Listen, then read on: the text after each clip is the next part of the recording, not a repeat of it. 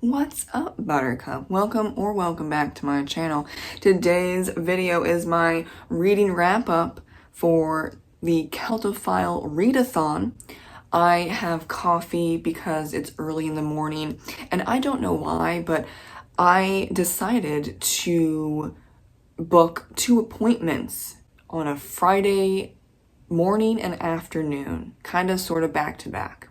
So I'm trying my absolute best to survive today. I have finished quite a few books for the Celtophile Readathon. I finished Emily Wilde's Compendium Lost Tales. That review is up. And I finished Pride of Lions by Morgan Llewellyn. I'm working on that video. I'm also working on The Sociopath, a memoir book review video as well. I'm kind of sort of behind, just by 2 books though, yay me. And now I'm currently reading The Toyin, Boys in the Valley by Philip Fracassi, and I'm still reading The Story of the Irish Race. We all know and love that book at this point because it's so damn big. It's not going anywhere anytime soon. But let's talk about the 2 books that I'm currently reading. The Toyin, it's about the cattle raid of Coolidge in Ulster, and we follow Queen Maeve and her husband.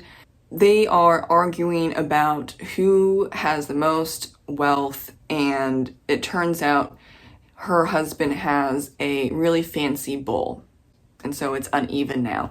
And Queen Maeve is like, excuse you, absolutely not. I'm the queen, and I need to have a perfect bull.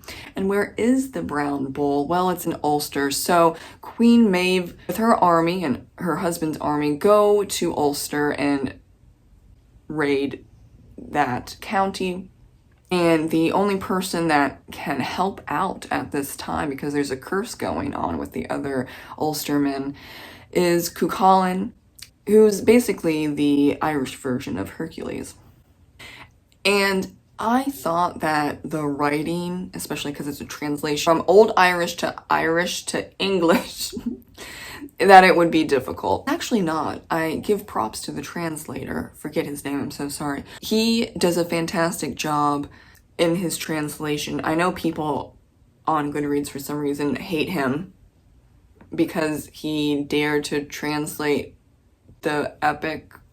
Maybe I'll get that other version, the first translation, but I think this is going very well. It's entertaining. There's so much black comedy, so much violence. We love to see it. I did not, okay, fine, I did. I doubted a little bit that it would be great, just because it's so old and has been translated from Old Irish to English, and that's a lot. There's a lot in between there, and you can easily mess it up. But it's just superb. It's going so well so far. I'm about 100 pages in, and actually it's less than 200 pages. There's a lot of footnotes, notes, index, blah, blah, blah at the end. I thought it was about 250 pages. No, my bad. It's less than 200 pages, at least my copy.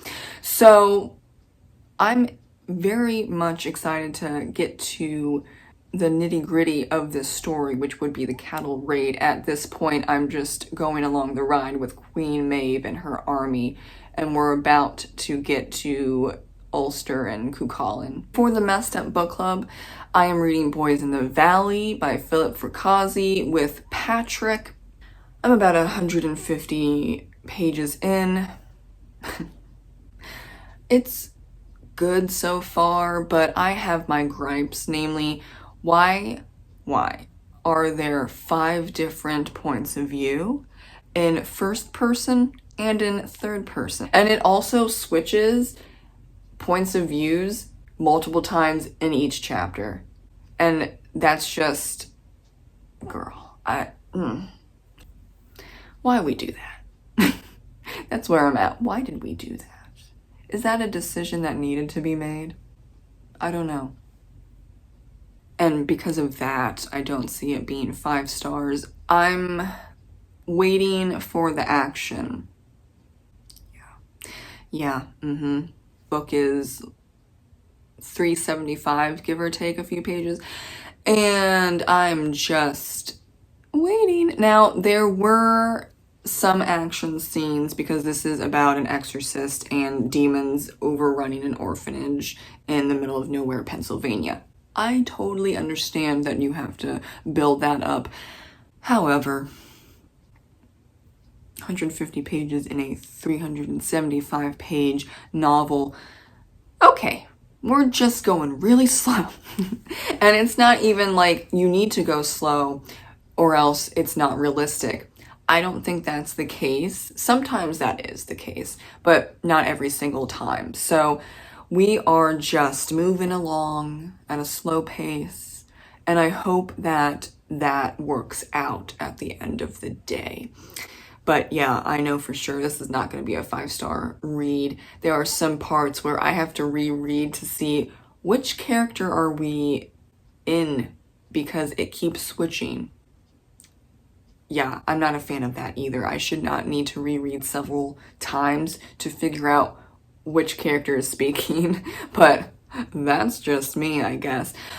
A couple of days ago, this is related to the Celtophile Readathon, kind of, sort of. So I'm going to include it. A couple of days ago, my husband realized that I never saw the horror movie Leprechaun from the 90s with Jennifer Aniston.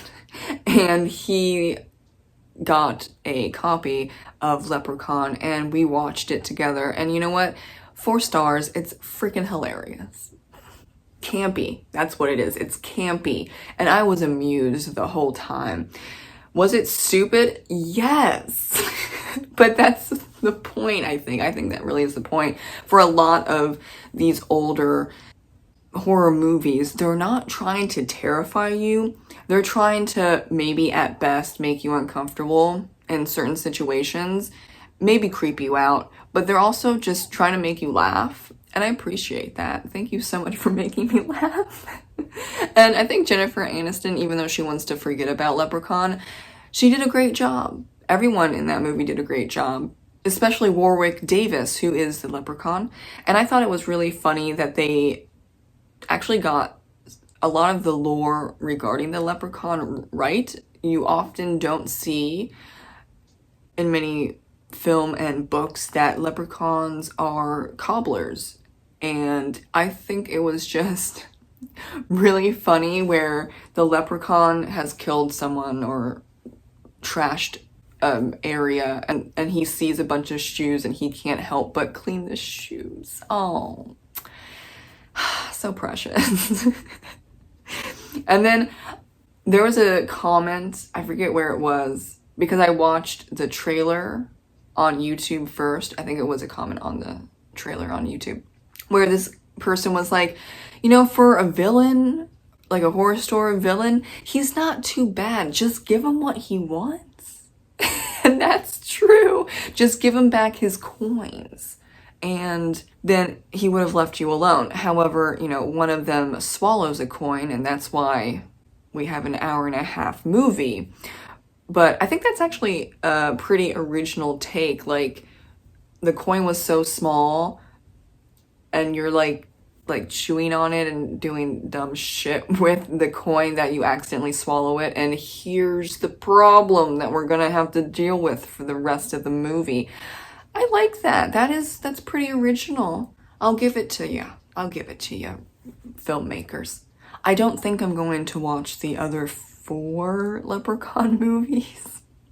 That's a bit much, but I'll stay with the first Leprechaun movie, and yes, 4 stars. I do recommend if you think that you need some campy, fun horror movie about a leprechaun wanting his gold back that also fixes and shines shoes randomly throughout the video.